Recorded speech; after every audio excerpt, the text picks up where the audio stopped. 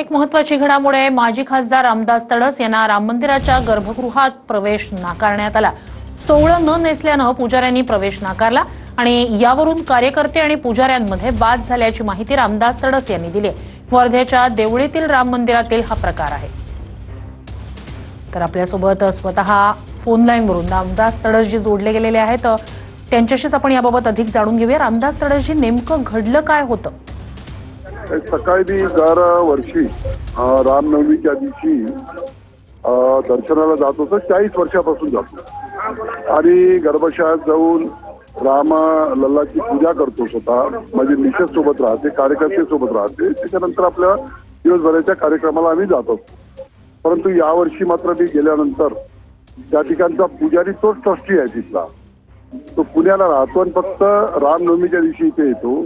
त्यांनी गर्भाशयामध्ये जाण्याकरिता मनाई केली का तुम्ही इथं जाऊ शकत नाही, तुम्ही दुरून दर्शन घ्या, तुम्ही सर्व कार्यकर्ते सर्व तुम्ही दुरून दर्शन घ्या। मी म्हटलं दरवर्षी आम्ही 40 वर्षापासून येतो, हे काही तुमचं बरोबर नाही। एकीकडे रामलल्लाची आस्था आम्हाला आहे। या देशाचे प्रधानमंत्री नरेंद्र मोदींनी या देशातल्या सर्व श्रद्धाळूंना राम मंदिराची निर्मिती करून दिली आणि एकीकडे तुम्ही मनाई करता आम्हाला, हे काही उचित होणार नाही। म्हणे तुम्ही सोहळं घातलं नाही, तुम्ही या ठिकाणी अंदर येऊ शकत नाही। म्हटलं तुम्ही कसे गेले? तर मी सोहळं घातलं असं म्हटलं। म्हणजे संयुक्तिक बोलणं नव्हतं त्यांचं वालं आणि कार्यकर्त्यांनी मग त्याचा निषेध केला। कार्यकर्ता आणि त्यांच्यामध्ये संघर्ष होण्याची वेळ आली की मी म्हटलं आज दिवस राम नवमीचा दिवस आहे, संघर्ष बरोबर नाही आपल्यासाठी, संघर्ष करू नका। त्याला समज दिली आणि आमच्या आमदारांनी सुद्धा त्यामध्ये त्यांना समज दिली। विशेष म्हणजे त्या देवस्थानचं ऑडिट लावण्याचं केलं, कारण त्या देवस्थानची 200 एकर जमीन आहे। परंतु त्या 200 एकर जमीन असून सुद्धा तिथं सर्व वर्गणी करून आम्ही हे सर्व करत असतो। म्हणजे शोभायात्रा असल्या, पूजा असल्या वर्गणी करून करते, अशी त्यांची मक्तेदारी तिथं आहे। वर्षानुवर्ष ट्रस्टी तिथे आहे आणि ते अशा लोकांचा अपमान करते।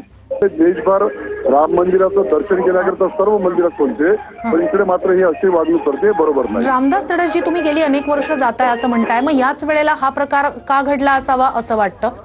मला हेच समजत नाही। मी तर आश्चर्यचकित झालं तर असं कसं होते। या सगळ्या संदर्भात तुम्ही वरिष्ठांशी बोलला आहात का, किंवा आता जो मुद्दा तुम्ही जागेचा, जमिनीचा, वर्गणीचा उपस्थित केला त्याबद्दल कधी काही वरिष्ठांकडे मांडलाय का मुद्दा? पुस्तक कंप्लेंट आहे यांच्या लोकांची आहे, माझ्या नाही आहे। जनतेने कंप्लेंट केल्या आहे, तर त्या कंप्लेंटचं काय व्हायचं ते आमचे आमदार पाहिजे। नक्कीच नक्कीच। धन्यवाद रामदास तडस जी, तुम्ही आमच्याशी संवाद साधलात त्यासाठी।